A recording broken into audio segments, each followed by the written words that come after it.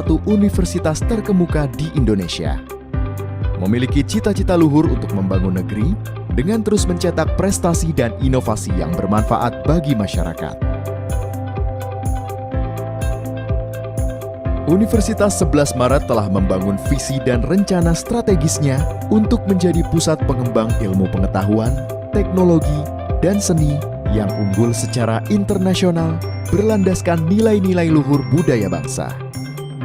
Berfokus pada peningkatan bidang khusus dan pada pengembangan kapasitas untuk memenuhi standar kelas dunia, UNS mengembangkan 3 pusat unggulan iptek. Ketiga pusat unggulan iptek tersebut adalah pusat unggulan dalam teknologi baterai lithium ion, fintech center dalam bidang teknologi keuangan, dan javanologi yang berfokus pada studi, pengembangan, dan pelestarian budaya Jawa.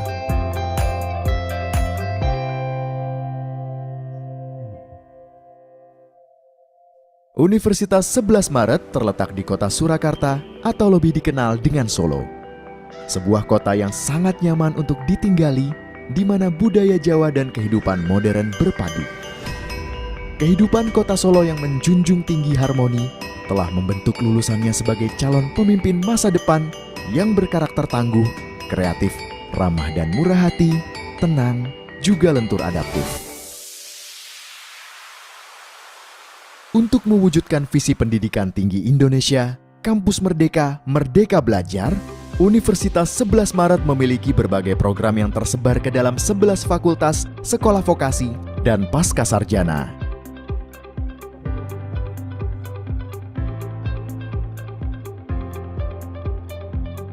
Berbagai layanan perpustakaan seperti penyediaan ribuan buku, akses ke berbagai jurnal internasional, dan pendampingan klinik pustaka dikembangkan dalam rangka mendukung pembelajaran mahasiswa, dosen, dan peneliti.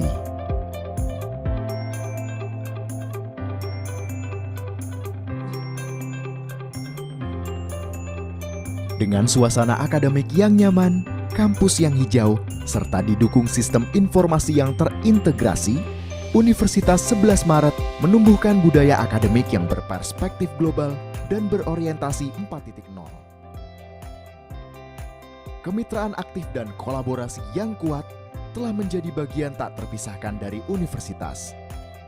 Kemitraan internasional menciptakan banyak peluang untuk mobilitas mahasiswa dan staf, kolaborasi penelitian, dan pengabdian masyarakat.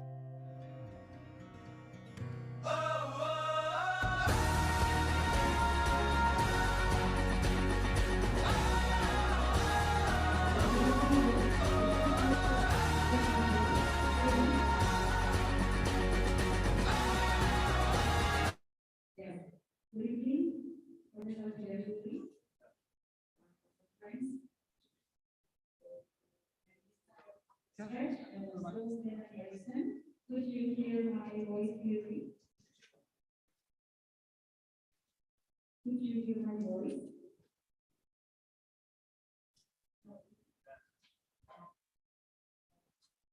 Ibu pakai jangan pakai wireless.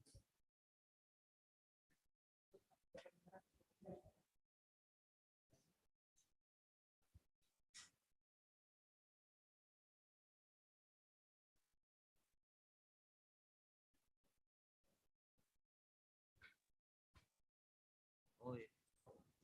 Coba. Okay. Again, the regime of January, our friends, Stephen Harrison also is a expert. Could you hear my voice? Coba. Okay.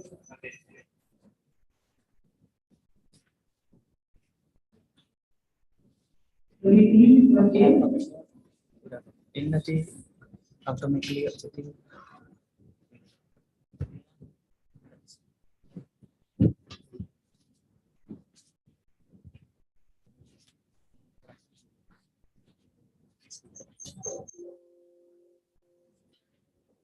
Okay, I will try once more. Could you hear my voice of January?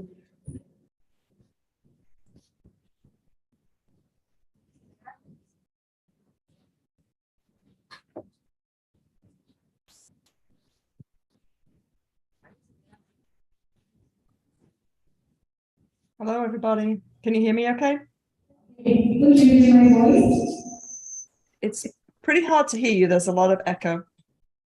Okay, so the community here will fix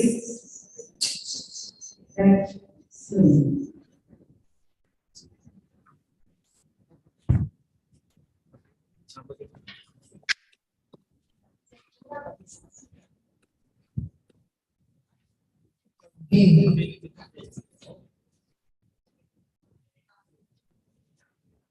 Yeah, sorry. Could you hear my voice, Prof. Gillian? Okay, Yes. now it is better. It's clear? Yes, we can hear you well. Okay, good. Thank you. Yeah, as you can see now, we have almost 100 participants here in this room. It consists of undergraduate students and also our in-service teachers, science teachers, and some lecturers from science education department. We will start the event now. Please, I give to you Leilani as the master of ceremony.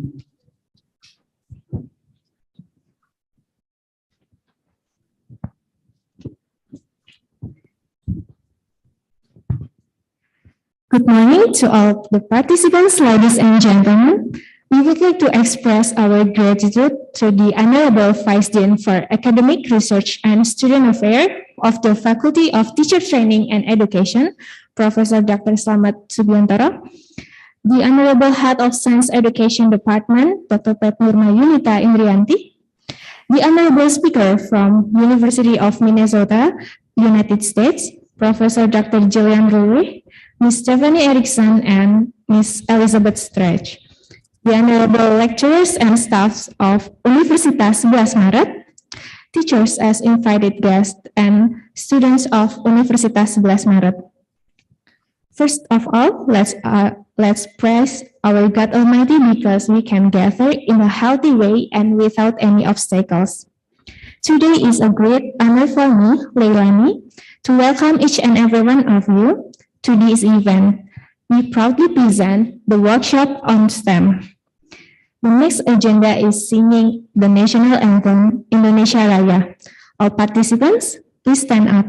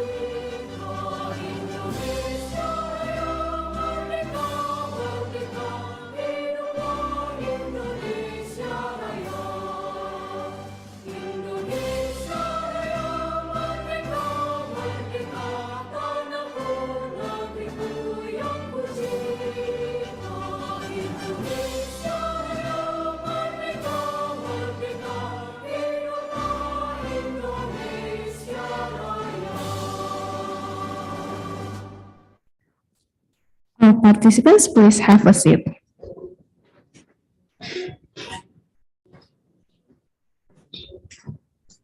The next agenda is a welcoming speech from the head of Science Education Department, Dr. Nurma Yunita Indrianti. The stage is yours. Okay, thank you. Assalamualaikum warahmatullahi wabarakatuh. Dan betul, President of Faculty of Training and Education, Profesor Dr. Selanjutnya MSc. Now, he's sitting next to me. I will just want to this is our first day. Okay, and also Professor Gillian, Professor Gillian, accompanied by two PhD students, and Alexa also as Mrs. Touch. Yeah.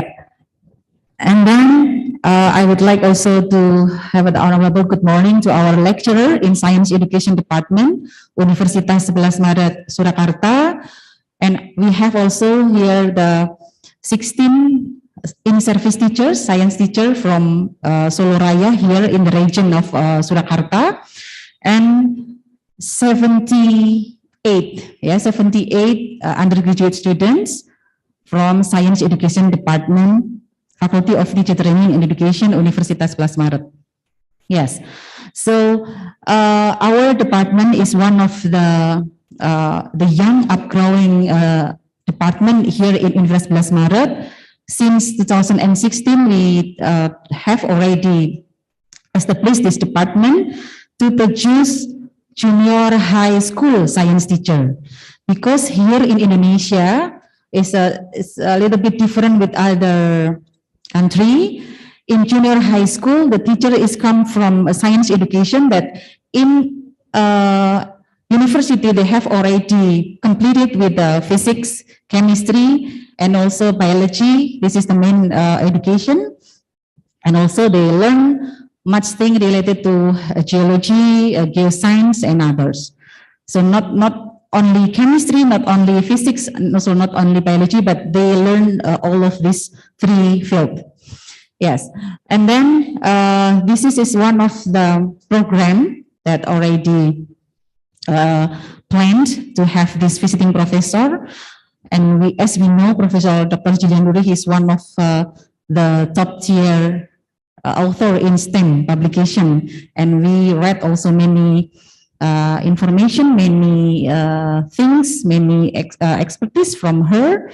And of course, as today we will learn more from her and also her team directly. Yes, hopefully all of the undergraduate students that hopefully next year they will graduate, they will bring a lot of knowledge, a lot of skill related to developing science learning with STEM. That's the thing that we would like to improve, Joe and also Steph and Betsy.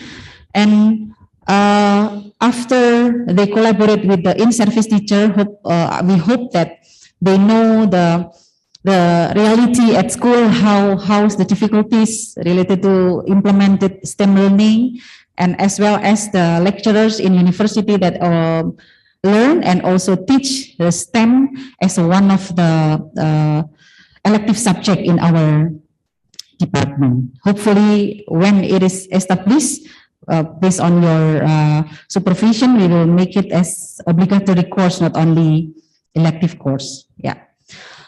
Okay, that's all that I would like to inform all of you, and also to welcome Professor Jill, Steph, and also Betsy here.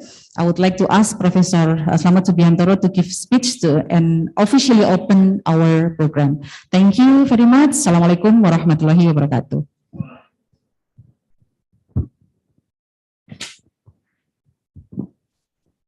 Thank you, Dr. Pet Nurmayunita, for the opening speech. And the next agenda is a welcoming speech and opening from the Vice Dean for Academic Research and Student Affairs of the Faculty of Teacher Training and Education. Professor Dr. Slamet Subiantoro, the stage is yours.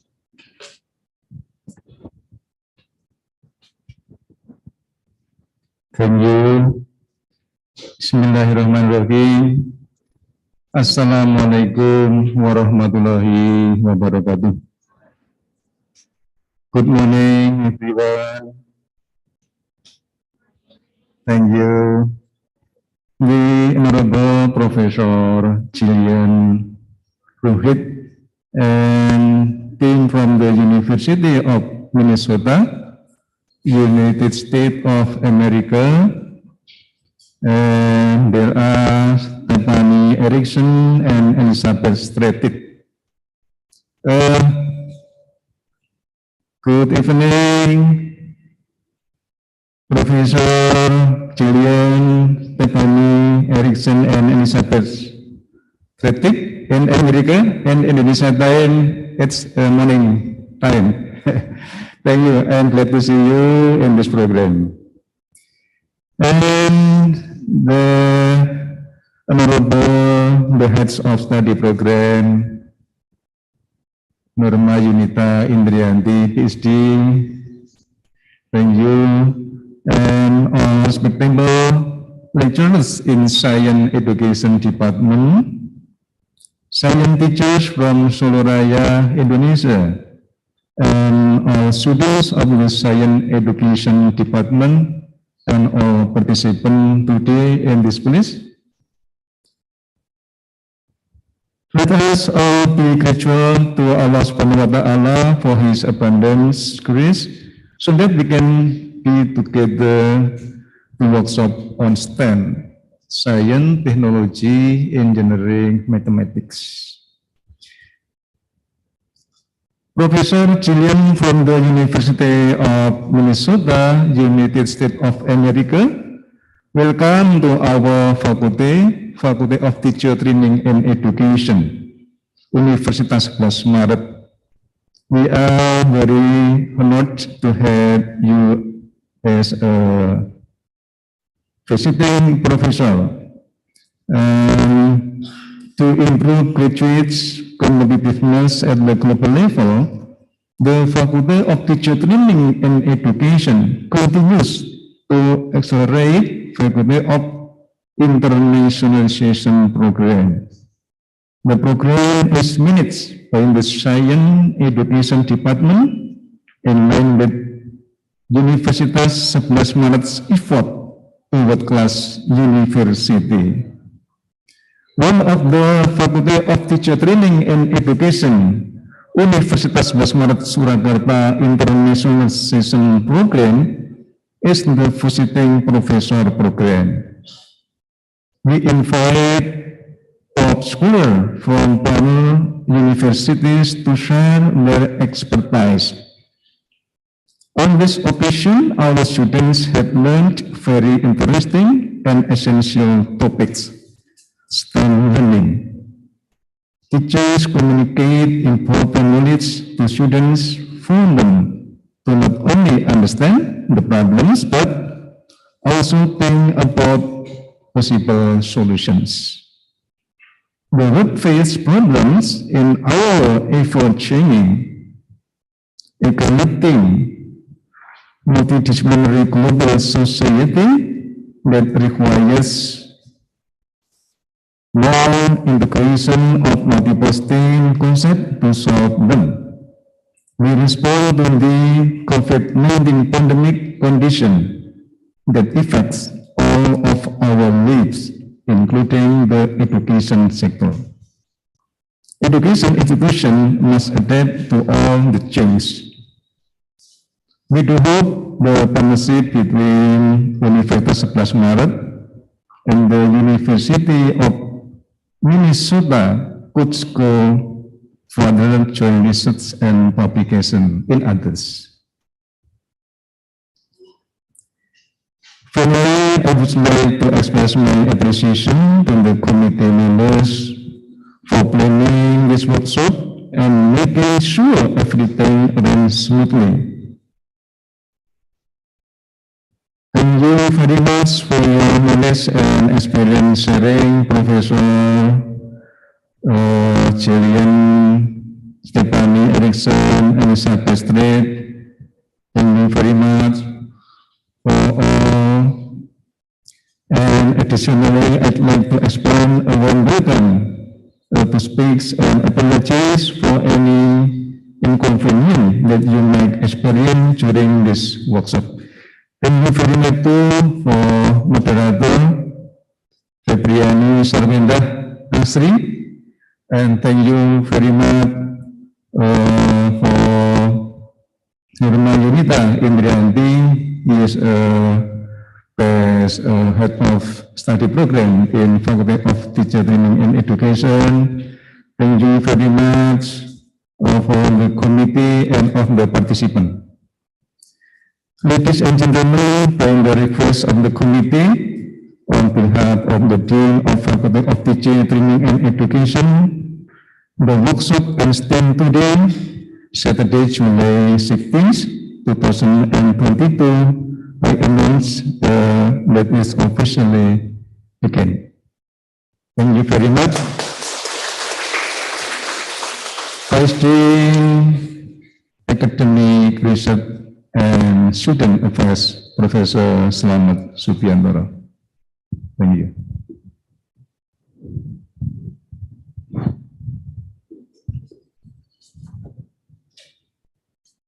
Thank you, Professor Dr. Slamet Subiantoro, for the welcoming speech. The next agenda is the presentation we have been waiting for. We are grateful to have Professor Dr. Gillian Roehrig, Ms. Stephanie Erickson, and Ms. Elizabeth Stretch here as our visiting professor to share knowledge and insight about STEM to each and every one of us. Please prepare all of your questions regarding the material to be asked at the end of the presentation. This session will be moderated by Ms. Febriani Sarwenda, one of our lecturers at the Science Education Department, Universitas 11 Maret. Ms. Febriani Sarwenda, the stage is yours.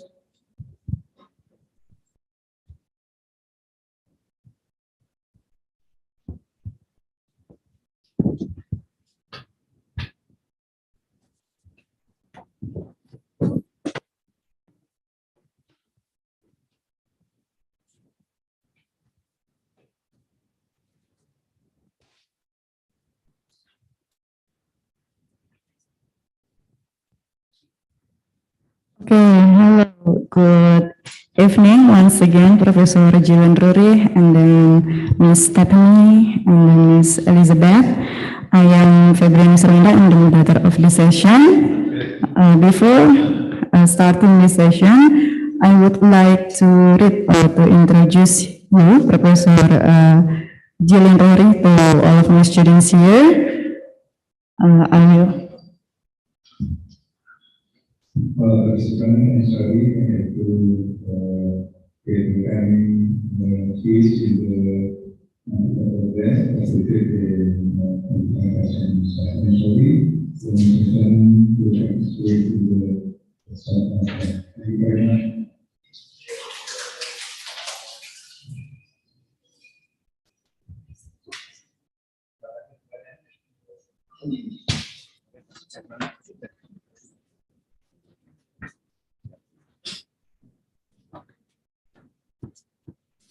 Okay, sorry, our Vice Dean is leaving this room because he has another agenda this morning here.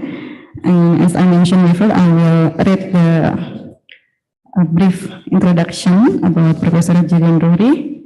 She got her bachelor degree in University of Southampton, United Kingdom, and then master and PhD degree at University of Arizona.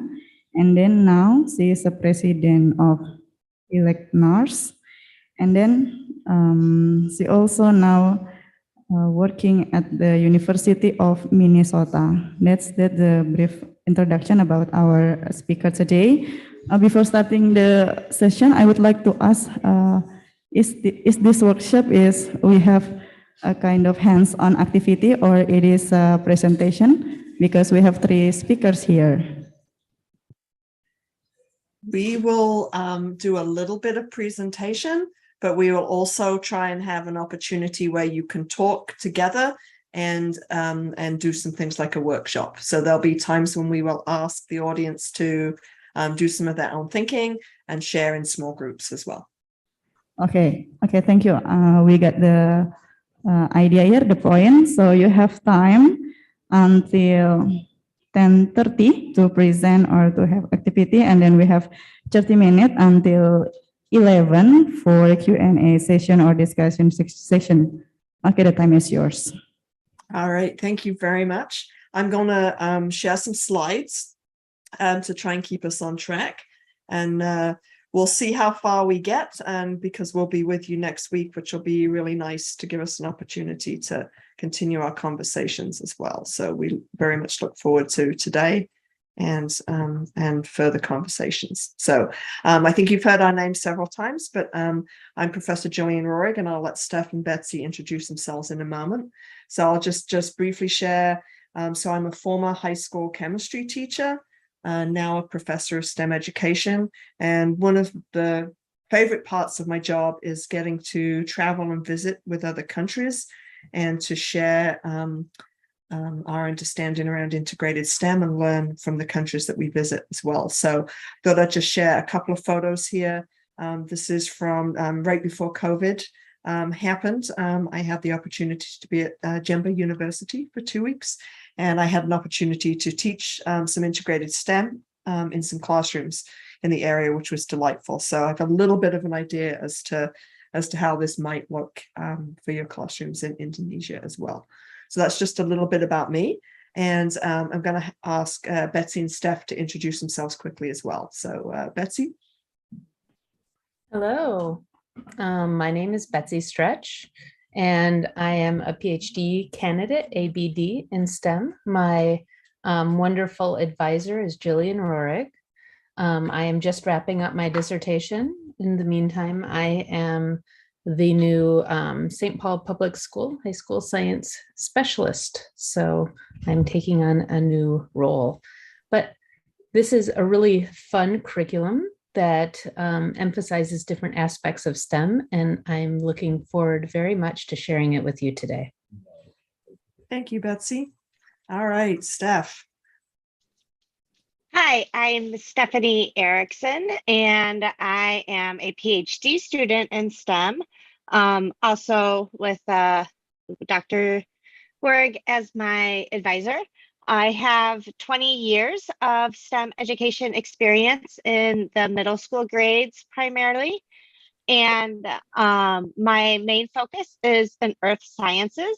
And I just kind of fun fact, just got back from Nepal, where I worked with some schools and teachers in STEM education there. So I look forward to doing this activity with you and work with you in Indonesia. Thanks. Thanks, Steph.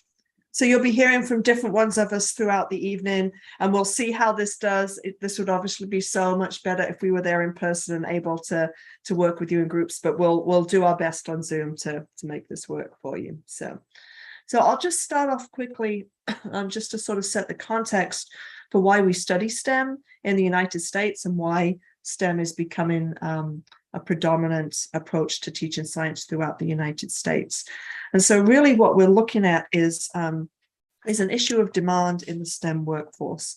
And so we don't have enough students who are interested in becoming scientists and becoming engineers. And we refer to this issue as the STEM pipeline. And what we think about is how students are leaking out of that STEM pipeline. And just to give you a sense of those numbers, the numbers that you see on the screen are from the state of California. So each year, about 4 million students start high school, and only about 1.3 million graduate from high school college ready. Of those 1.3 million students, 278,000 choose to major in a STEM degree at university. Some of them complete their degree, some of them switch their degree, or maybe exit from college. So ultimately, only 167,000, or about 4% of those entering high school students, end up with a STEM degree. So it's a really, really small number. And so a large part of the motivation for STEM is to try and get more students interested in STEM and to keep more students coming through this pipeline so we have our future scientists and engineers. And when we think about those leaks in the pipeline, I'll just give you one example here. The leaks out of the pipeline are different for different kinds of students. And I'll just use gender as an example of that. When we look at the students who end up with degrees, only 12% of working engineers are women. So 88% are men. So we have more women exiting the STEM pipeline than we do men. So there are also things we have to think about with our integrated STEM that we're not just attracting more students, but that we're making sure that we attract all students into STEM. And as we think about that, and again, I'll just use gender as the example here, when we look at achievement, our female students achieve equally well as our male students in mathematics and science, on the TIMSS, on the PISA, all of these different tests.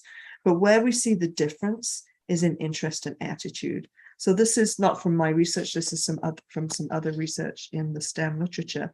But by the end of high school, we find that only 12% of female students are interested in STEM compared to 40% of male students. Again, achievement is the same, interest is very different. So we're really thinking about how can we have integrated STEM increase that interest and motivation for all of our students to study STEM.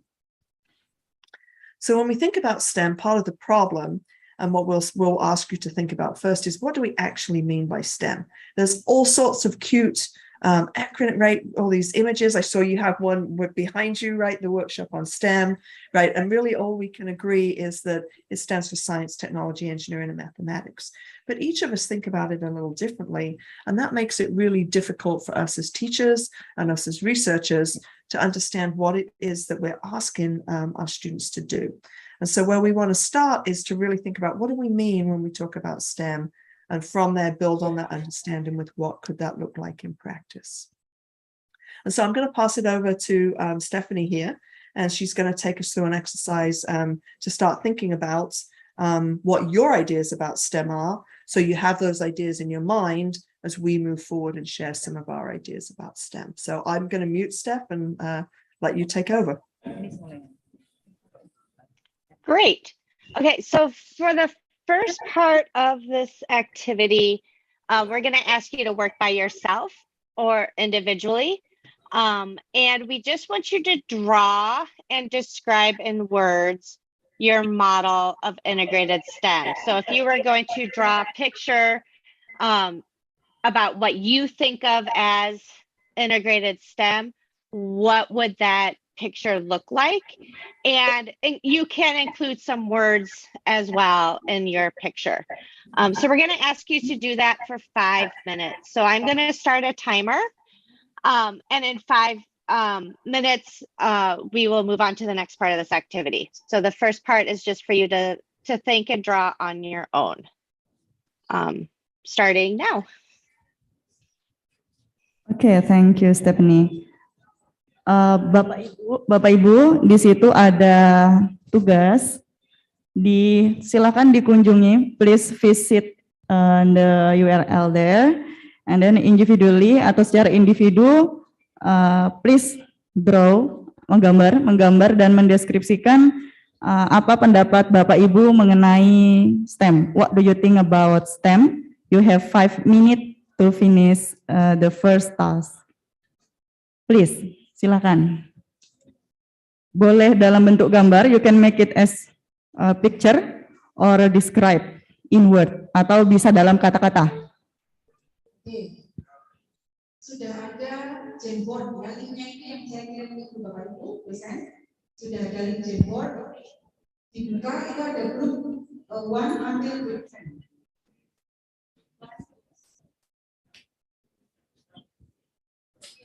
So di Jamboard itu sudah ada kelompok 1 sampai kelompok 10. Bapak Ibu di sini tadi sudah kita sepakati 1, 2, 3, 4, 5, 6, 7, 8 tadi sudah ya. Silakan di bahasa Indonesia kan sebelumnya. Oke, Bapak Ibu, di situ ada dipapankan ada 3 tugas. Tugas yang pertama itu dikerjakan secara individu. Di link yang atas yang pertama yang deskripsi tentang apa itu integrated STEM atau STEM yang terintegrasi selama 5 menit itu dikerjakan secara individu. Kemudian dalam kelompok kecilnya itu membuat juga di situ bikin modelnya itu dibandingkan. Jadi Bapak Ibu sudah bikin masing-masing, kemudian membandingkan di Jamboardnya itu bedanya dan samanya apa dari setiap model yang Bapak Ibu atau adik-adik buat. Kemudian digabungkan. Setelah digabungkan nanti dimasukkan ke Jamboard-nya hasil diskusi kelompok. Oh, kesepakatannya seperti ini loh tentang konsepsi dari STEM seperti itu. So we have 20 minutes, right, to finish this task.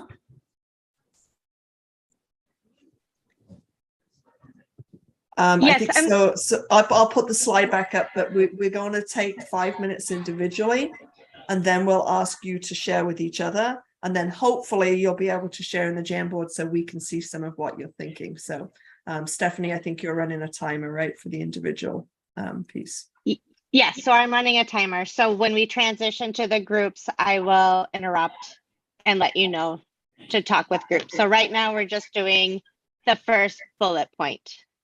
The very And I first just want one. everyone to remember that this is not one right answer, right? There are lots of different good ideas. This is just to get your ideas, get you thinking about this, okay? Okay. It's not a test. Yeah, this is not a test. You got the idea. Okay, you can write whatever you think about STEM. Yeah, there is no right or wrong answer, but we hope that every group in the end of this session, in the end of this task, can share what do you think about STEM in your group. Okay, please.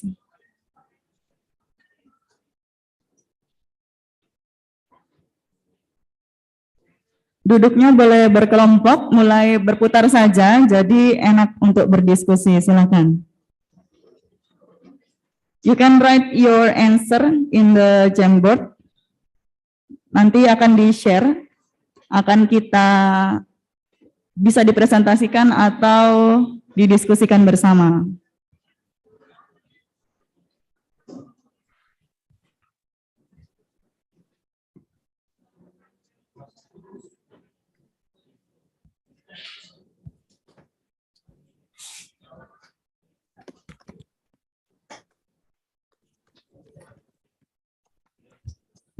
Jika ada yang menyelesaikan kurang dari 20 menit, juga monggo bisa di raise hand. You can share what do you think or your general idea about what STEM is.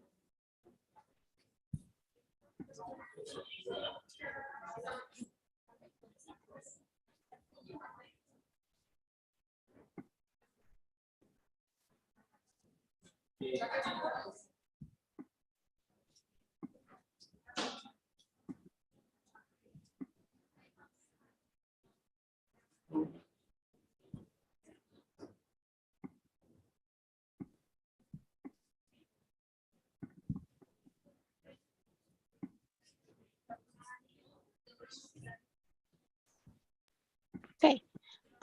Just to interrupt for time purposes, you should be sharing now in small groups. So you've written some things on some paper. If you haven't started already, start sharing with your groups, ideally 4 or 5 around you, if you cannot talk to everybody.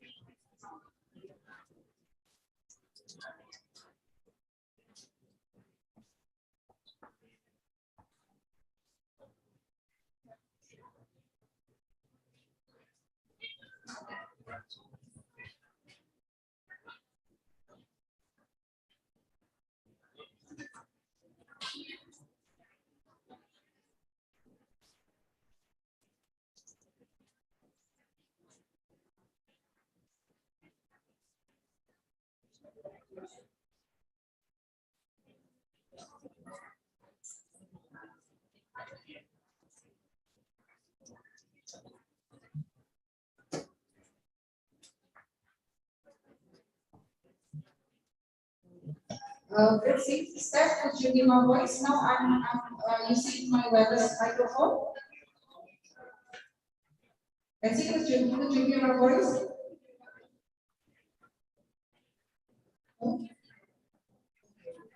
I can hear your voice. Okay, yes, because I have to use this microphone to follow.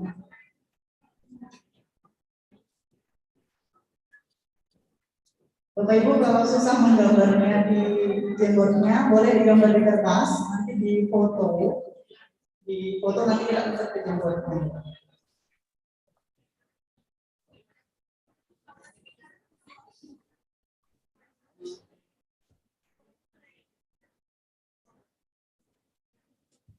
Silakan dituliskan bebas idenya, mana yang ingin ditonjolkan atau semua dibagi rata dalam STEM, silakan.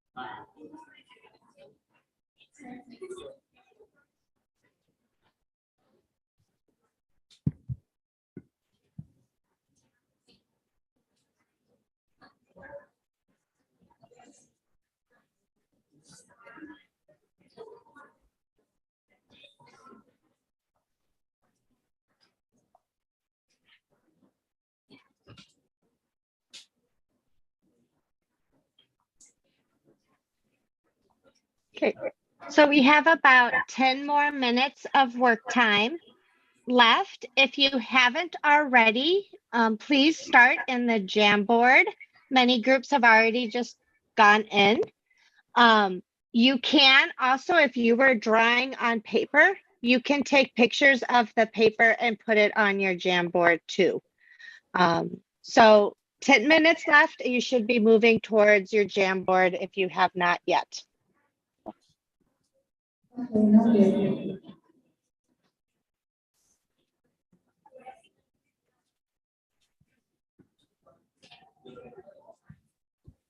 We have remaining.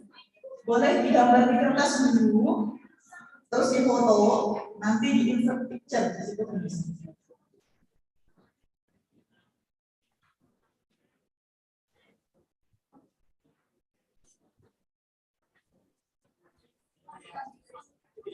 Modelnya bebas, Bapak Ibu adik-adik, tidak harus pakem sama semua. Menurut kalian saja, menurut Anda semua.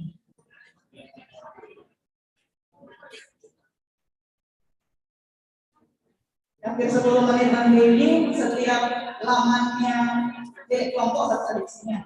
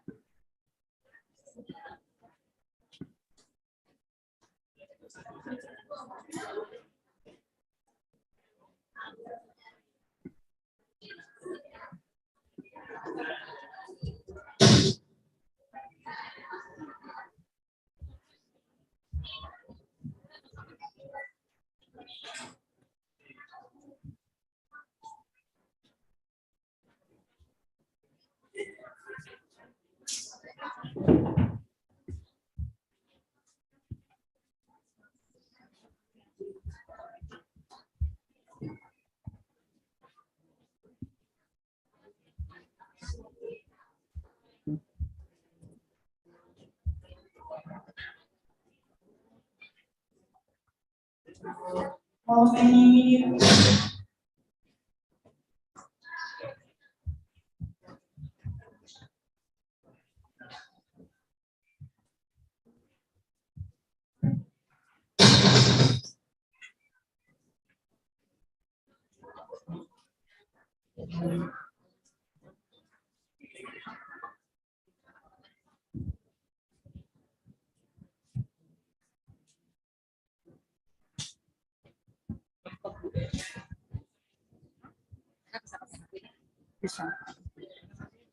You can use your also mobile phone to access the URL.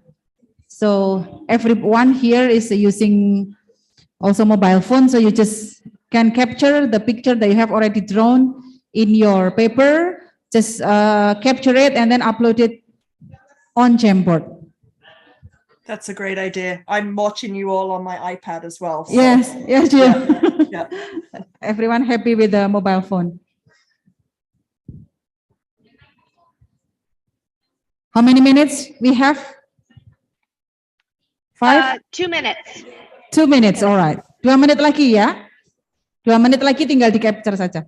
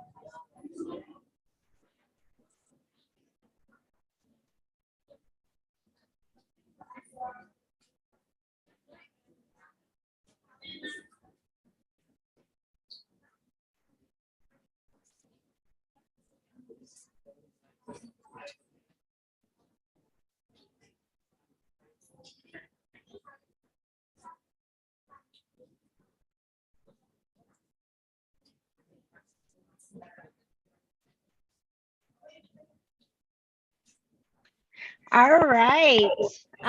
If we could all come back together, we'll talk about some of the different designs our different groups came up with. So if the host can just let me know when the room is ready to listen, and come back together.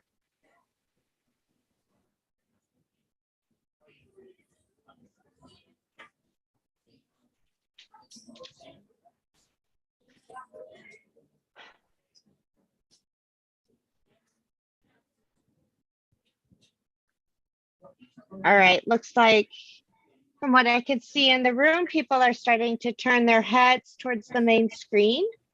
So I just want to go over some of the different conceptions and ideas we had in the room of what STEM looks like. And we had quite a variety. I was very impressed. So group 1 had this Venn diagram idea, which is a common way of showing what STEM meant. And they put in the middle that the interactions between science, technology, engineering, and math is where STEM is the interactions of all of those. And then Jill, you could go ahead to the next slide. And then we had group 2 who took a different approach and made it a web. And so it was really breaking out not just the definitions of each of the different parts, but also showing where different places overlap. Like it's a learning approach, it's collaborating and working with others, it's higher order thinking skills, it's being innovative. So looking at some of those skills that students learn and do while they're working on STEM projects. Let's go to the next slide. Here we have another Venn diagram, along with some of those words of those process skills and those skills, and problem solving.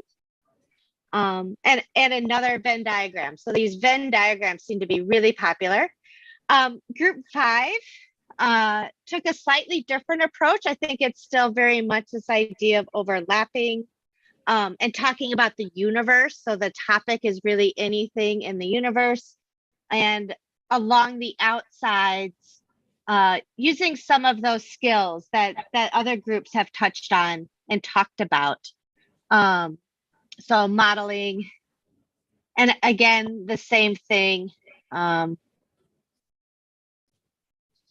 Yeah, it's kind of a web/Venn diagram. So we're seeing a lot of overlap with skills and problem solving.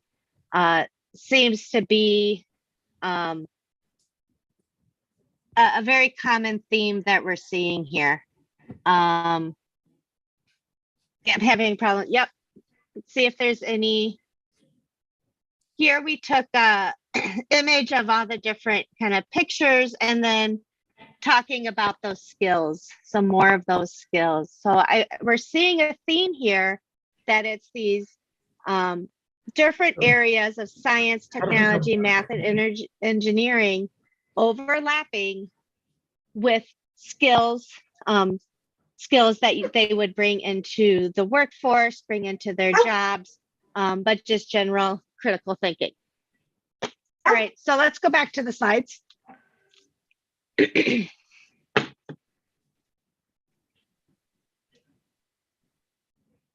So here are some other conceptions that have been created by others who have done this workshop and by researchers. So this is an engineering train, kind of moving along with science, technology, and mathematics. Next. And then this is really bringing in some of that problem solving that we saw some groups putting on their Jamboards, talking about real world problems and connecting those real world problems to schools.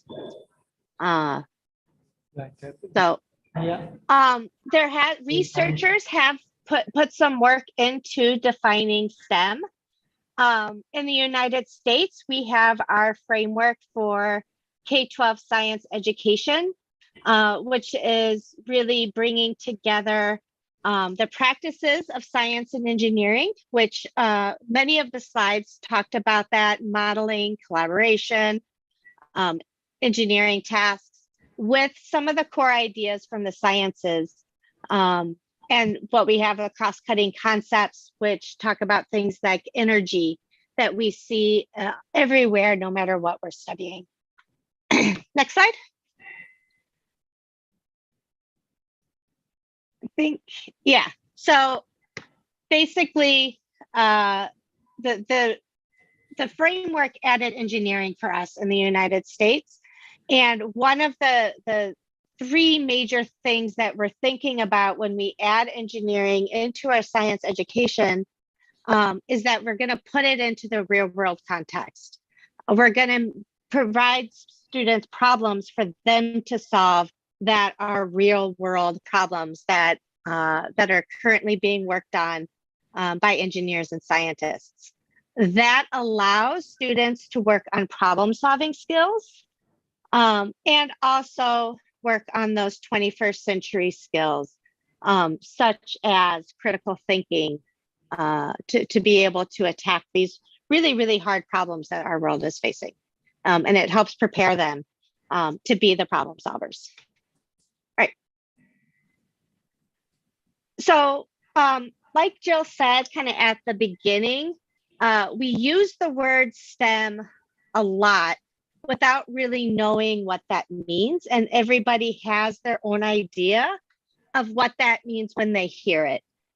So researchers Kelly and Knowles have been working on, in 2016, proposed a definition that will help us move forward so that when we say STEM to each other for the rest of this workshop, we know what each other is talking about.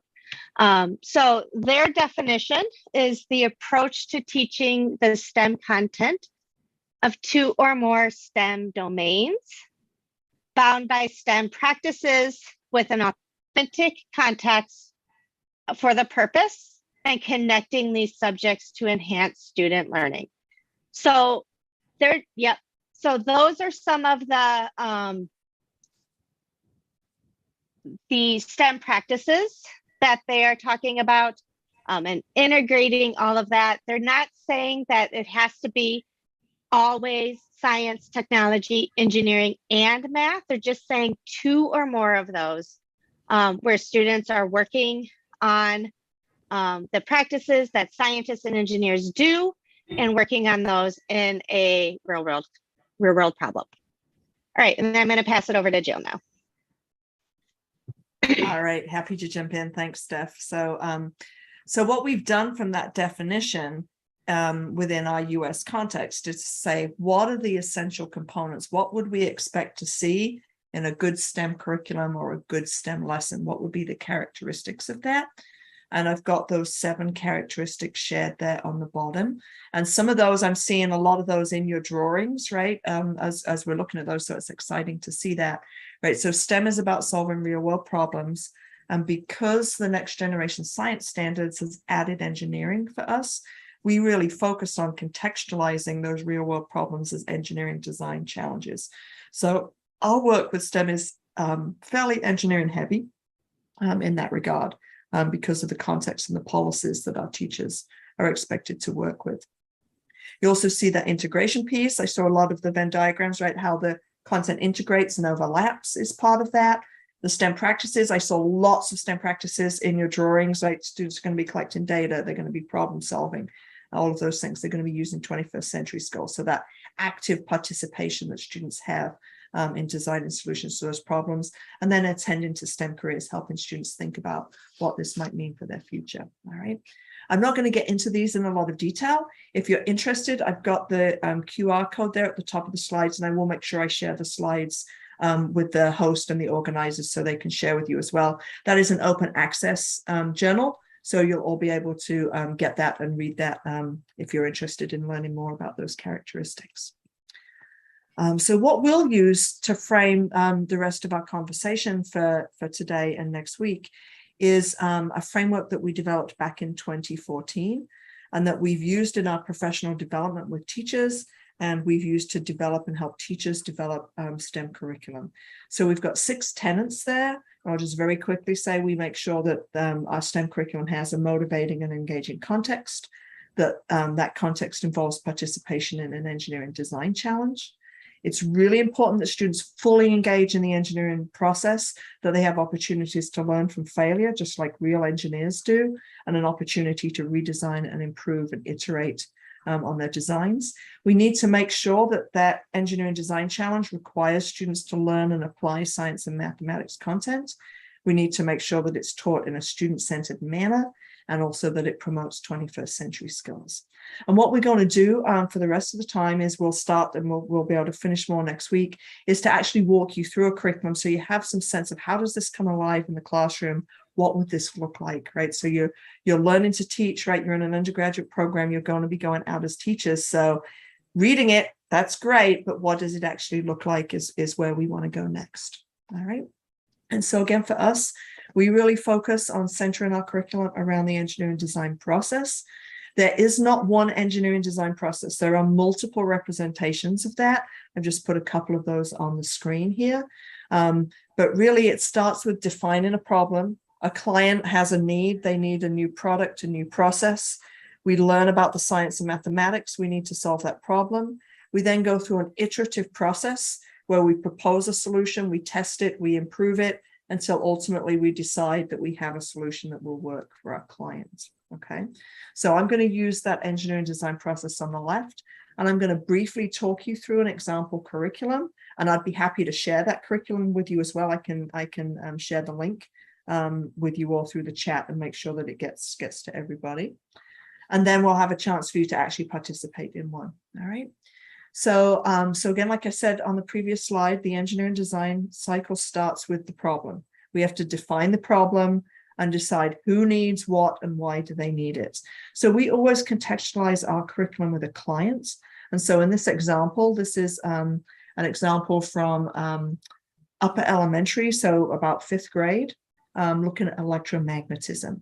And our client in this curriculum is Galactic Games, and they are asking the students to build a new arm for the claw game. So this is a common arcade game in the United States. You put money in the slot and you try and grab the toy that you want with the mechanical arm. And the client is asking the students to build an electromagnetic arm. So hopefully that improves the game. So they're going to use magnetism to have the children try and pick up those toys. So then the curriculum moves into the learn phase. And within the learn phase, this is where we're going to teach our science content and make sure that that students know the content that they need to be successful in solving this problem.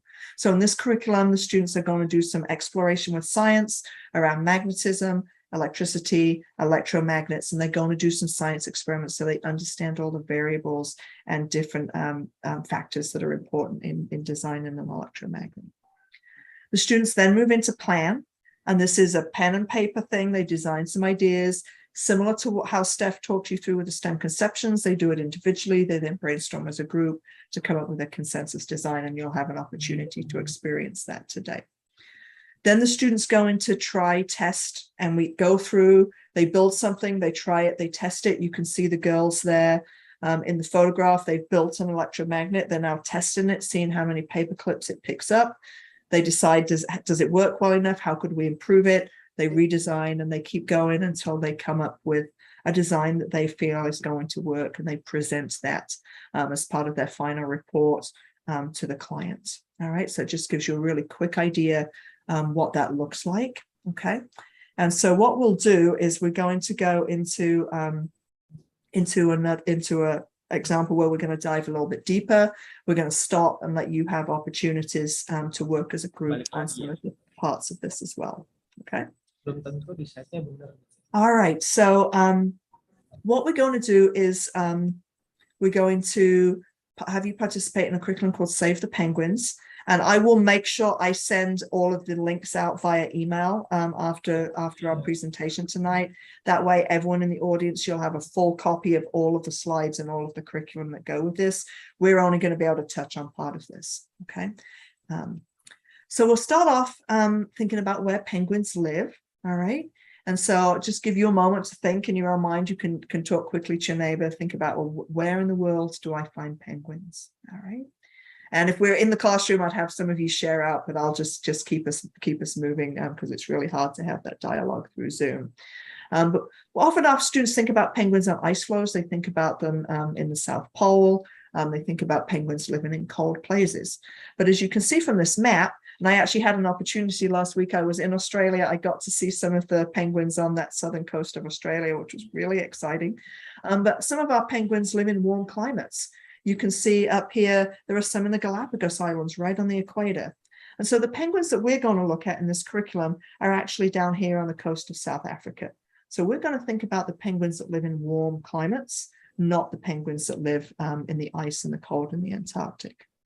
And so the penguins that we're going to look at live on Boulder Beach in South Africa. And these penguins populations are suffering because of climate change. So as summer is getting warmer and warmer and warmer, this is impacting the ability of these penguins to thrive and grow as a population. And they're seeing the population drop quite dramatically. There's a variety of issues related to climate change. I'm going to focus us for this curriculum on one of those problems. All right, so there are many issues with climate change that we could talk about. I'm just going to focus on one problem, and that is how penguins nest. And so when the penguins nest, they sit and they guard their egg from their predators. The gulls that live on this beach, the large birds, can come down and steal the eggs. And so it's really important that the penguins sit on the egg and they guard the egg. But when it's too warm, the penguins only have one way to cool down, and that is to jump in the water. So that as it gets hotter and hotter, the penguins spend more time in the water, less time protecting their eggs, and more of the eggs then are eaten by their predators. All right. And so this is a big problem that the scientists in South Africa have to work with. And that's the problem that we're going to use to contextualize our learning in this curriculum. And so what we're going to do as we work through this curriculum is we're going to ask you to use your knowledge of heat transfer. And we're going to work on that in a moment. So don't worry if you're like, oh, I've forgotten some of the things right from my physics class. We're going to touch on those. So don't worry about that. But what we're ultimately going to ask you is to design a habitat, something to help the penguins be able to keep cool without jumping in the water. So we're going to build a habitat for the penguins so they can be cooler and better protect their eggs. All right. Okay, so we're going to jump into the heat transfer pieces of the lesson. I'm not going to take us through all of the lessons today. We won't have time, but again, I will be happy to share the full curriculum with you. What we're going to do now is we're going to take a look at that first lesson, and we're going to look at some basic concepts about heat transfer and insulation. Okay, and so we're going to jump into that, and I think Betsy had to step away to deal with the babies. So, I'm back. You're back. All right, Betsy, I'll let you jump in, and if you need help, let us know. I have twin babies upstairs crying, so they're doing better now. Okay, so I don't know about your weather, but our weather here in Minnesota is very warm. It's very hot outside. And we like to go outside and enjoy nature. And we bring cold, refreshing drinks with us. But sometimes we go hiking and we want to keep our cold beverage that is in a can. We want to keep it cold. So if you are doing the same thing in a hot temperature and you go on a field trip and you want to keep it cold, what do you think would be the best way to keep it cold? And in this picture, you can see that we have, this is our control. This is what the can of liquid looks like. And then we have a regular cotton sock over here. We have the can wrapped in aluminum foil. We have the can wrapped in brown paper towel, so paper. Here we have a wool sock. And over here, it looks like we have some plastic wrap wrapped around it. So when we're doing this, we're wondering, okay, which one is going to give us the best results in keeping the can cold? So what I would like you to do is turn to someone at your table, and I would like you to tell them what you think will keep the can the coldest and why. So we're making a prediction here.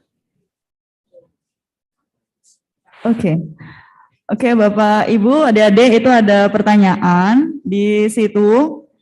Ada apa ya, semacam pertanyaannya itu, kalau Bapak Ibu mau jalan-jalan ke gurun atau mau jalan-jalan ke tempat yang panas, pengen bawa botol soda lah, yang mau minum soda Coca-Cola anggap aja, yang di sebelah kanan itu yang botol biasa.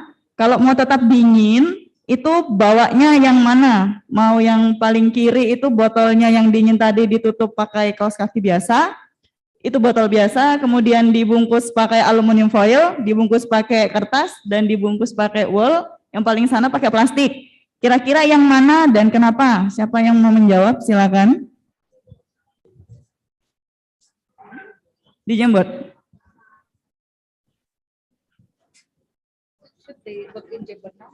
Betsy, should them work on Jamboard or answer directly here? Nope, right now we're just having them talk to each other about it. And then if we could share out some, if we have people that could tell us what they're thinking, that would be great. A few different groups. Just verbally. We'll be doing something on Jamboard next. Oke, silakan didiskusikan Bapak Ibu, setelah itu nanti dituliskan di Jamboard-nya. Jamboard-nya sudah ada di chat. Silakan itu pilih yang mana. Yang paling kiri kaos kaki biasa, kaos kaki cotton. Yang itu botol biasa, itu aluminium foil, sebelahnya dibungkus kertas, sebelahnya lagi kaos kakinya wool, sebelahnya lagi plastik. Tuliskan nanti itu yang mana dan kenapa.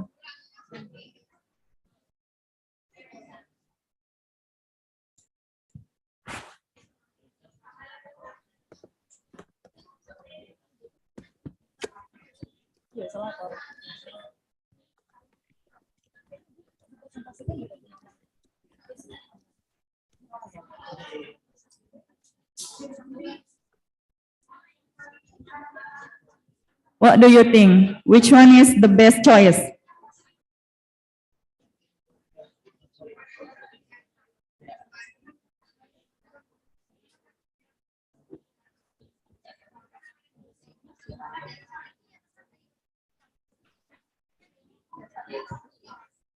Oke, silakan. Ada yang mau memberikan pendapat?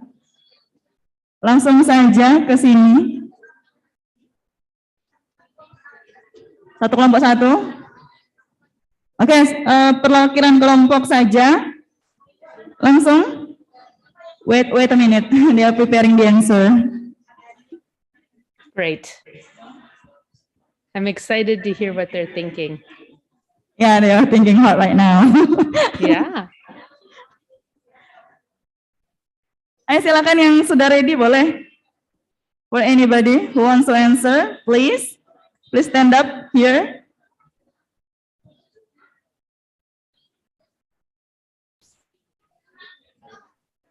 Oke, silakan. Please come here. Sini. Group A, please come here. One of you.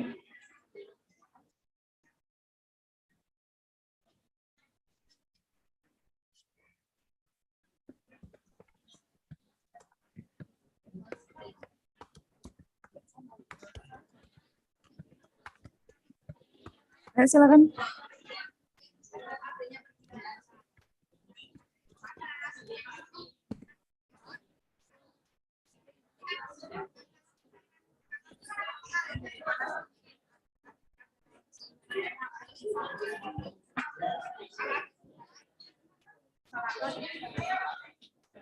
Please.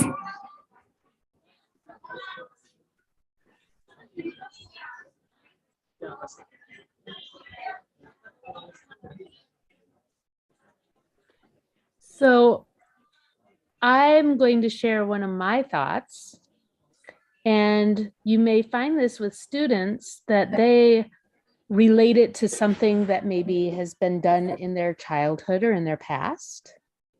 And so my guess, if I was a student, I would guess the paper towel, because my father would always wrap my cold drink in a piece of paper towel before he put it in my lunchbox. Now, Jill, how about you? What would be your guess? Or Dr. Roehrig? My guess is wrapped by aluminum foil. Tell me about why you chose aluminum foil. Okay, we have student who wants to try to answer. Okay, please.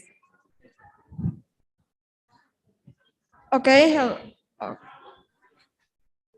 hello, we are from group 1. So we think that the socks will be the best for keeping the soda cold, because the socks as an isolator can if the hot from the sun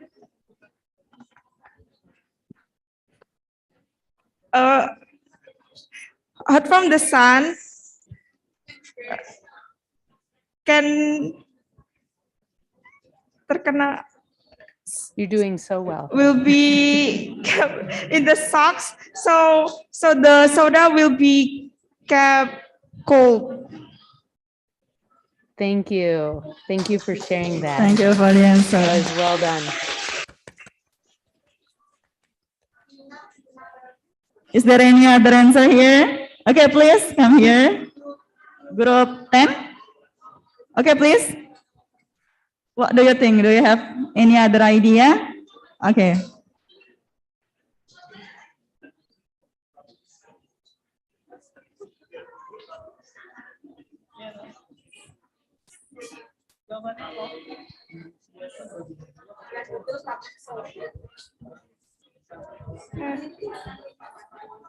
Okay, my name is Alice. I want to answer from group 10.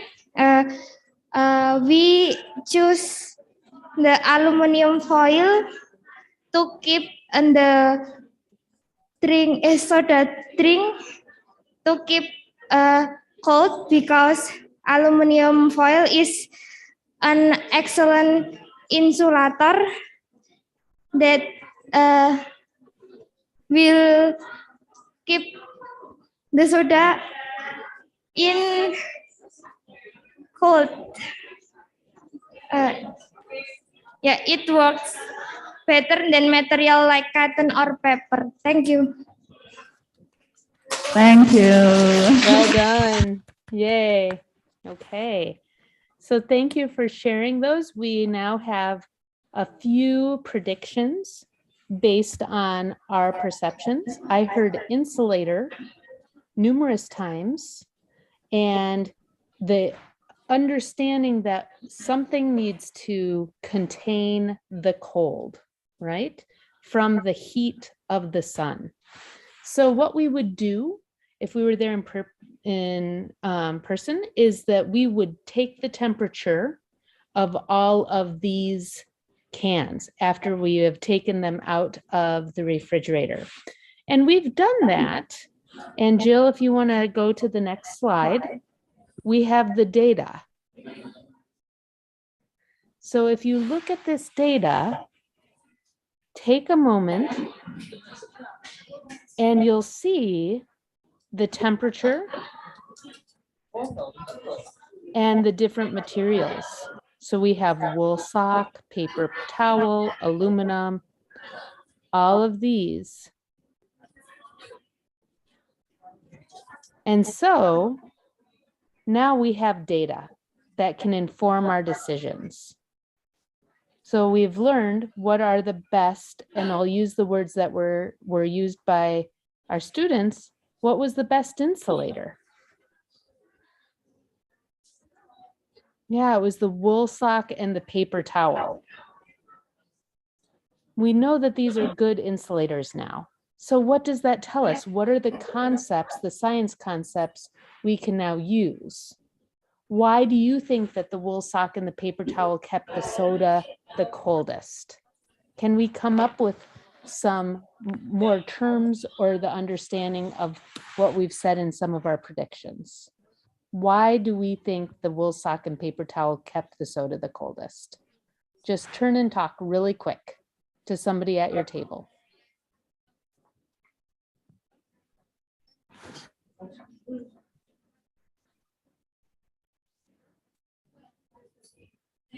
Okay, is there any opinion? Why do you think the wool sock and paper towel kept the soda the coldest?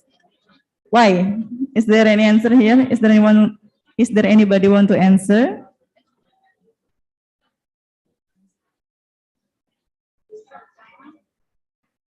Sama paper towel.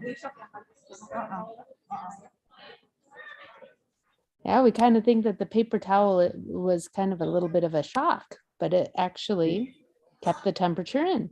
We heard why people thought the wool sock would keep it cold. And there was a very particular word that was used.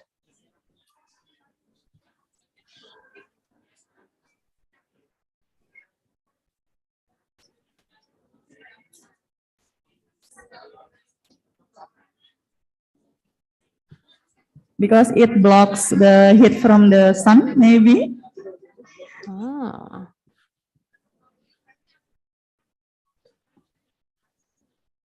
So let's think. We wrap the wool sock around the can. And what are we trying to do? We're trying to keep the can cold. So what's happening, and what I heard from the students, is that it's acting as an insulator. So when you came up and you made the predictions that you thought it was the best insulator, we were making a prediction on insulating that can. So an insulator is a material that reduces the rate of heat transfer. So we have two new vocabulary words, and the word insulator came up in the predictions from the students. And so we've now learned that the insulator is the best is the wool and the paper towel that reduces the rate of heat transfer. Now, heat transfer occurs from the place where there is a higher temperature to the place where it is cooler. So heat transfers. So if something is warmer, it can transfer to a place where it is less warm. Heat Betsy, we transfers. have a comment in the chat, so I'll share. So one of the groups is said that they think that the wool is absorbing the heat from the outside. Oh, very interesting. So the wool absorbed the heat from the outside. So that's a really interesting way to think of it. What it's doing is it is reducing the rate that heat is transferring from the outside in. So it's reducing it. Jill, do you want to So add I on think to that, that? see, if we were to look at the wool and the paper towel, like under a microscope, we would see a Yes. lot of the fibers, the paper fibers or the wool fibers. And there are lots of little tiny pockets of air. And it's Air. those air pockets that are, I would probably use the word trapped, but trapping or absorbing that heat, right? So they're trapping it and stopping it, or at least slowing it down. from Slowing getting it down. all the way into the can. Yes. Right. So the next thing that we will do, so if we can picture that in our minds. So what Jill is referring to is what we've just said. And what we're going to have you do is take that picture of our mind of the can with the wool around it and the heat from the sun. And we are going to describe the two different definitions of what is happening to the can of soda. So this is called storyboarding. So this is what we'd like you to do on the Jamboard. And this is a storyboard that does all the different science concepts that we would do for this lesson. The first one is the can with the heat transfer. So if you have a visual in your mind of what's happening with the sun coming down to the can with the insulator around it, you can include your new vocabulary words, heat transfer and insulator. We would like you to illustrate and explain heat transfer and how the best insulating material helped to keep the can cold. So include the image and the words. And you can do this on Jamboard. Okay. Betsy, maybe if we have people, maybe we take about 10 minutes in groups to get some of these images. So I want to make sure Yes. that we leave some time for questions as well. So let's take Yes. about 10 minutes and we'll go from there. Wonderful. I will set a timer. And Jill, maybe you can back it up. You got it.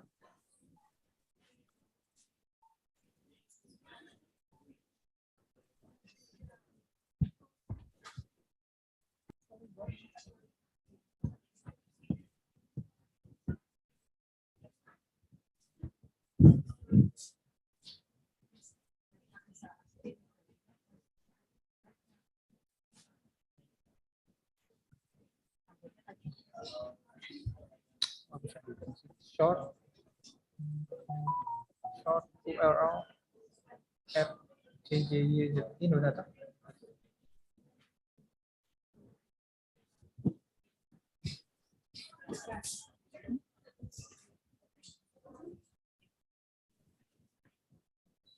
Oke, kita akan mengerjakan Jamboard kedua di link yang kedua yang ada di chat.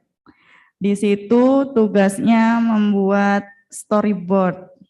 Jadi menjelaskan kenapa fenomena tadi siapa tadi namanya si kaleng soda itu bisa tetap dingin kalau dikasih wool sock tadi, terus masukkan gambar dan juga masukkan konsep atau word atau kata-kata yang mendeskripsikan fenomena tadi. Seperti itu. Dituliskan di Jamboard-nya. Wool. Enggak aluminium. Waktunya 10 menit. Block the transfer kan? Block slow down. Ayo semangat.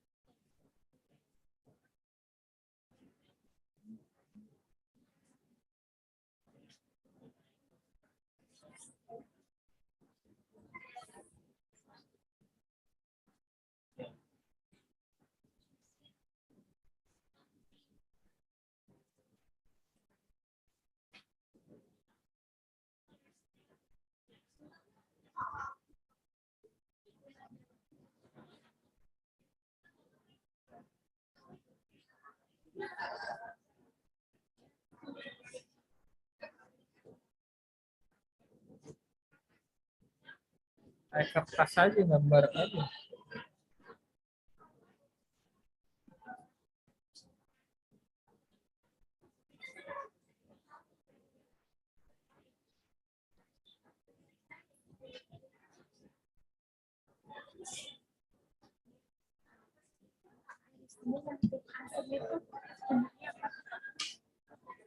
Belas. Prof juga. Sampai sore itu kan workshop cuma sampai siang. Ya, ada 2 workshop. Juga di sini.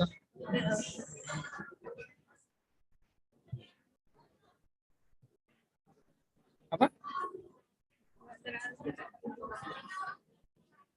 Pakai ini aja nggak apa-apa. Dengerin pakai itu. Atau nyalakin di laptop dulu, Mbak. Aku ngecek suaranya masuk apa enggak. Kalau mau ngecek, kalau misalnya suaranya kenapa-napa kan aku bisa.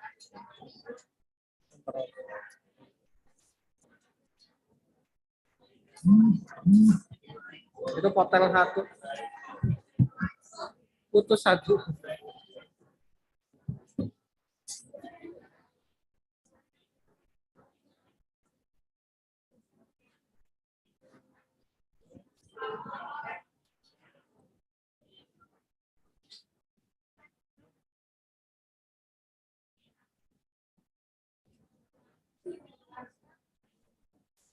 Kan ini jawabannya sudah diketahui kan?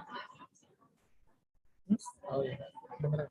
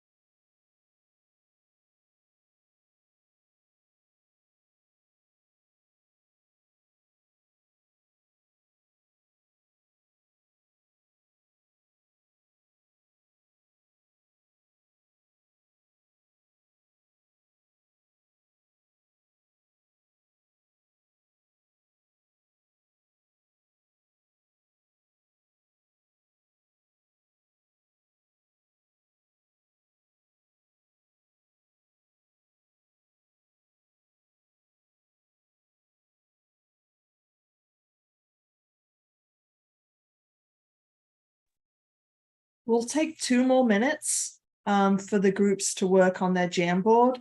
I recognize that we're rushing you a little bit here, but we want to make sure that we're able to wrap up on time and give you a chance to ask any questions. So we'll just take a couple minutes and we will come back to this next week as well. So don't panic, we'll be okay.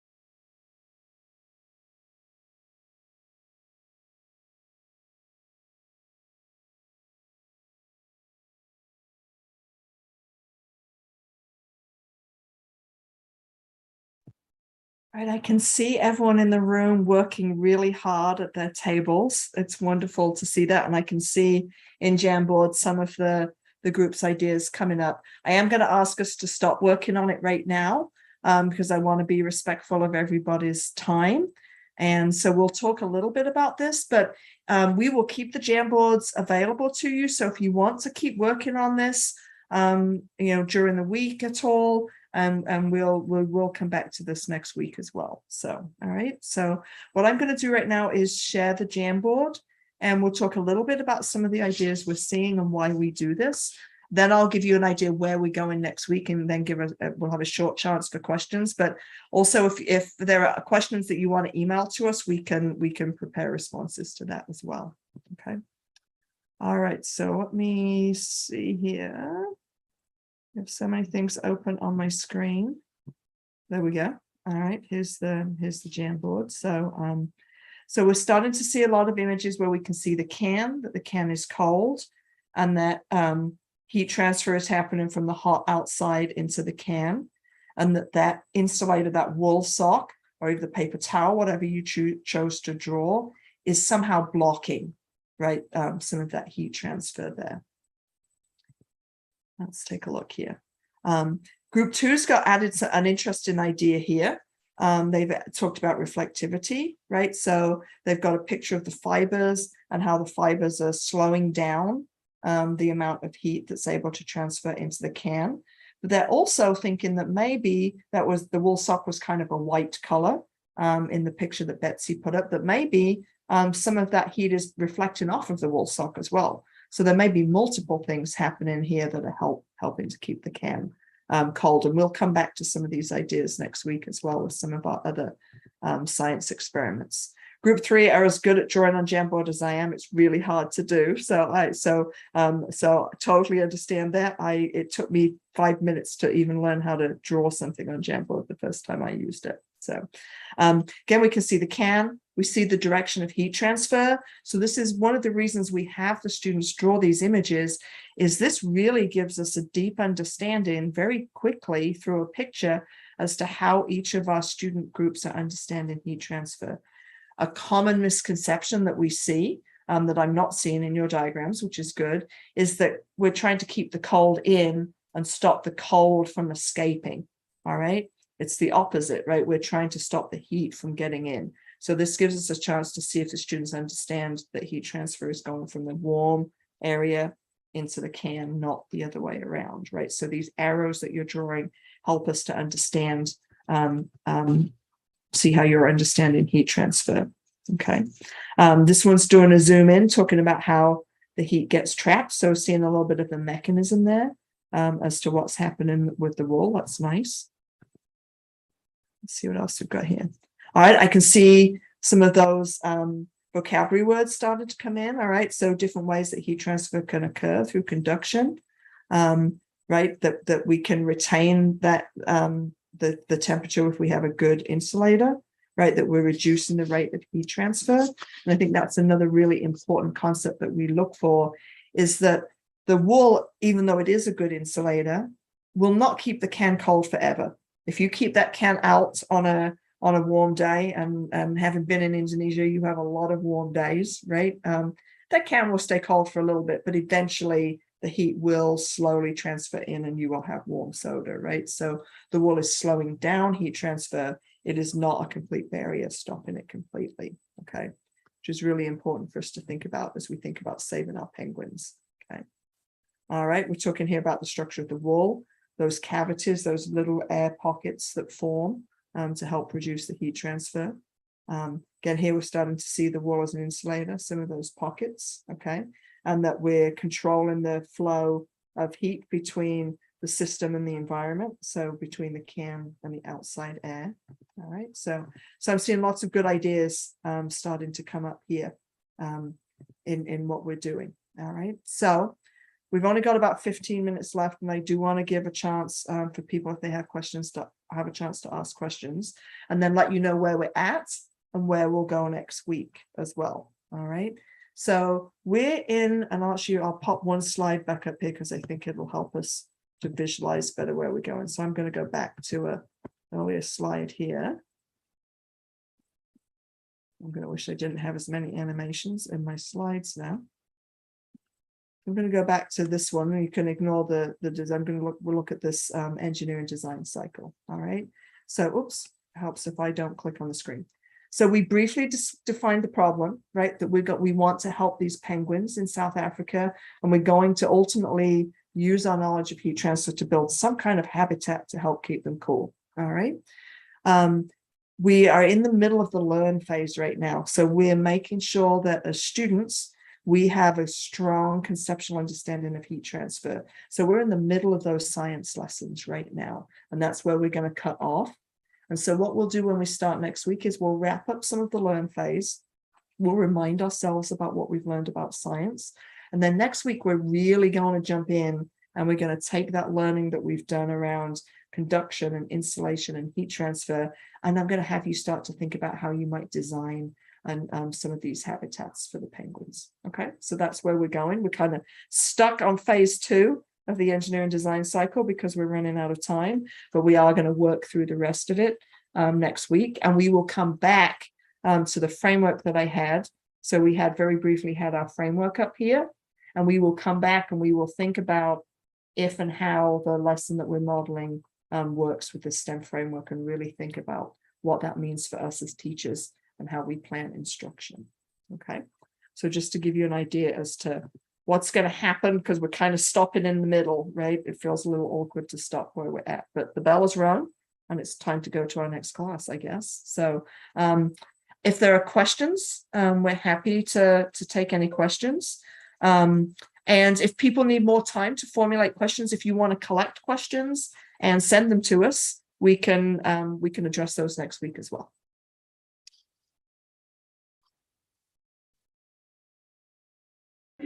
Okay, please.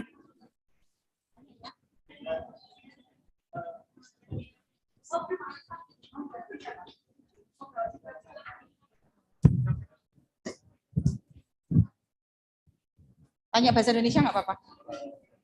Ini. Oh, tapi bisa. Atom bisa sini.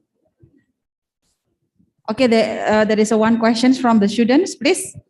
You can go here because the wireless mic is not working well. Yeah. Bahasa Inggris boleh.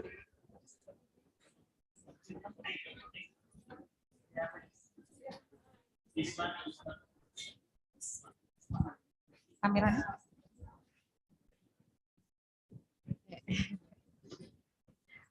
Hello, Professor Dr. Gillian Roehrig. So, first of all, I'm going to introduce myself. My name is Aitom. I'm from. Okay.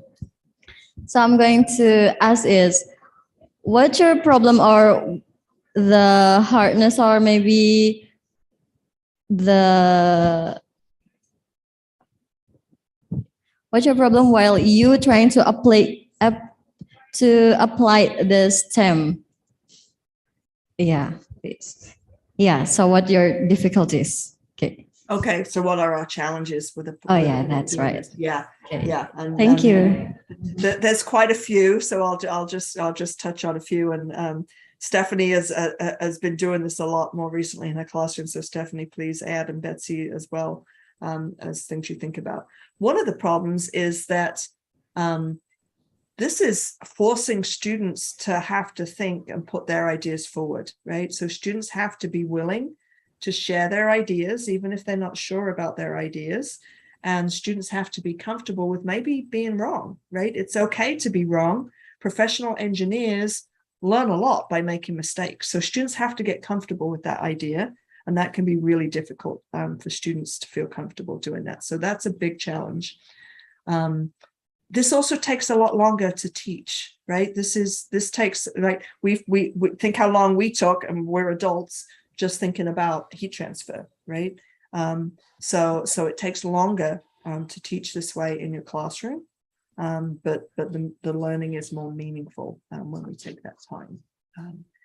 It can also be, depends what you're doing, but it can be quite material heavy, right? Which means there's when we do this in the classroom, and you'll see this better next week, we have a lot of material in the classroom that we have to manage. So it can be a little bit expensive. So we have to think about cost, but we also have to think about when the students are starting to grab materials and start to build and do all of these things, how we manage and control that conversation in our classrooms. So Stephanie, I don't know if you want to add anything there.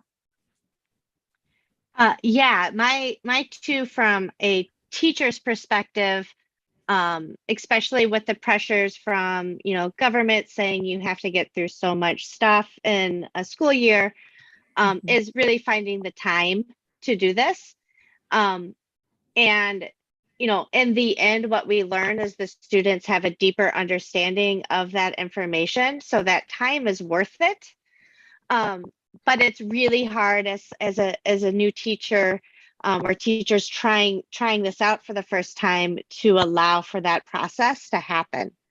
I think that the materials cost is a barrier. I think especially in the younger grades, we can get away with cheaper materials. There's been times where I've just gone and gotten cardboard from a store and use that and to decrease the cost. But as we get into our upper grades, our grade 10s, 11s, and 12s, we want it to be more authentic. And because of that, it becomes more expensive. We want to get away from the, arts and crafts building part of it and make it so they're actually producing a real product. And that gets really expensive. So that's another really difficulty. So one of the things you'll have to do as teachers is decide when in your curriculum you want to do STEM. None of our teachers do STEM all of the time because it's too much. There are some things that you teach that you will teach in a more traditional way. So I was a chemistry teacher, right? So when I taught naming chemical compounds, we just learned how to name chemical compounds. We didn't do that through STEM. That's something you need to learn the rules, you practice the rules, and you apply the rules, right? So you have to decide for whatever you teach, what are the best places to do STEM? And maybe you only do it 1 or 2 times during the year, right? So because of this time space as well. So we're not saying do this all the time. That would be crazy. Okay, thank you for the answer. Is there any question from a lecturer maybe or a teacher? You can speak also in Bahasa Indonesia. Okay, please. You can come to here.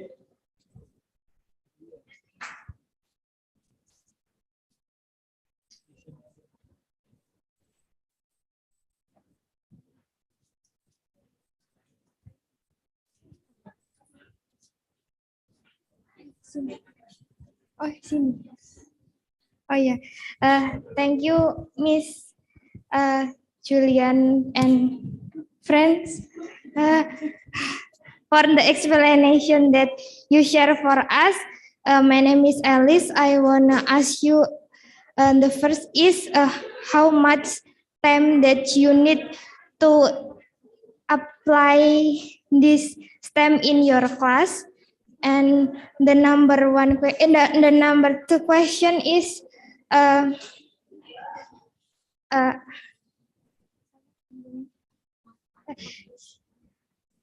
I'm confused that how we apply when the step of learn, what is a teacher is explain the concept, or we must give the project that like seperti like you did when you give the problem like the bottle soda letter. Yeah, maybe. I think I understand what you're asking, like our role as the teacher, right? When do we stop and tell students something, and when do we let students struggle, right? That it's a really, really good question. So thank you for asking it. And it's really hard sometimes to gauge that, right? We try and have an open question, right? So when we ask which material will keep the can the coldest, we know that many students will not know the answer, right? But we also know that students have everyday experiences with materials and they have ideas that we need to have the students be able to share, right? So it's a really difficult balance between letting students share their ideas and then as a teacher helping students to understand what is a good idea and what is a less good idea, right? So we call those misconceptions, right? And that for me is the hardest thing that you have to do as a teacher, is to find that balance of when do you sort of stop and say, okay, right, I'm going to explain to you what's happening with the wool fibers, right? And it's something you'll learn as you try this out. And just like we said, we need to allow students to make mistakes. We will sometimes make mistakes as teachers, right? Sometimes we know the bell is going to ring in 10 minutes and we need to stop and we need to wrap it up. So we have to be a little bit more teacher-centered, and that's okay. All right. And that connects back to your first question, which was how much time, right? And the amount of time will depend on the topic you're teaching. But sometimes, I've got 1 week to do this.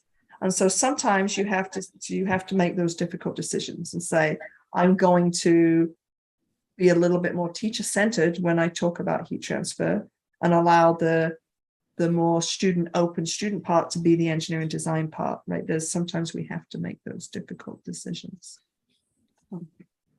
Steph or Betsy, I don't know if you have anything you want to add. Yeah, I'll just add a teacher tip when you're trying to manage that time is to give them time limits as to you have 30 minutes to build and hold to that. Because it'll be amazed at how fast students can suddenly build something and make something if you give them a time limit. And then and you can add that to your client letter as a constraint that your client wants a design in 1 week. And so you could say, all right, well, we only have 30 minutes today to work on this. And that keeps kids going. Because if you give students and adults infinite time, a lot of times they will take it. So you really, that helps manage the time, is giving them time limits. It's a really good tip. Okay, so you suggest us to make a strict schedule to the step. Right. You have to have a strict schedule for how many days, and then within that, a schedule for how long for each task. Right. Otherwise, a 1 week unit will take 2 weeks or 3 weeks. It can okay, go very it quickly. will take too many time for us to finish just one lesson. Right. Okay, is there any question again?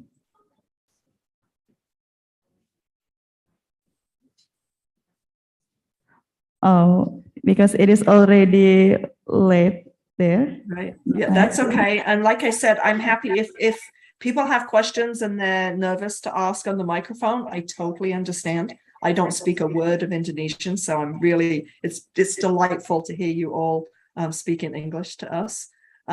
If you want to write them down and send them to us, we're happy to look at those and prepare some answers for next week as well. Okay, thank you for that opportunity. Oke, untuk Bapak Ibu atau adik-adik yang punya pertanyaan, boleh dituliskan. Nanti kita akan kirimkan ke Prof. Gillian, and she will answer it and send it back to us. Okay, thank you. Okay, thank you for the material today and interesting presentation for all of us. Thank you. And I will send you the slides that we used today. That way you'll have all of the links and things as well. And we look forward to working with you again next week. Okay. Okay, next week we will continue the workshop. We will save the penguins next week. Oh. Okay, I will close this session and I'll give the time back to Miss Leilani. Miss Leilani, time is yours. See you next week, Jill, Steph, and Betsy.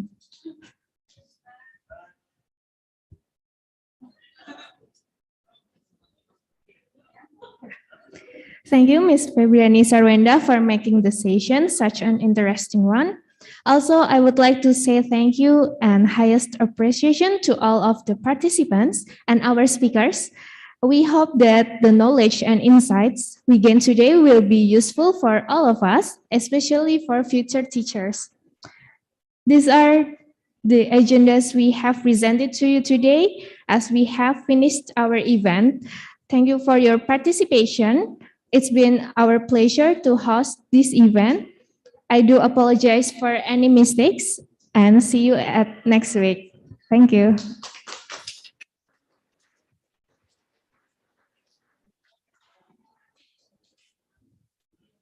Sesi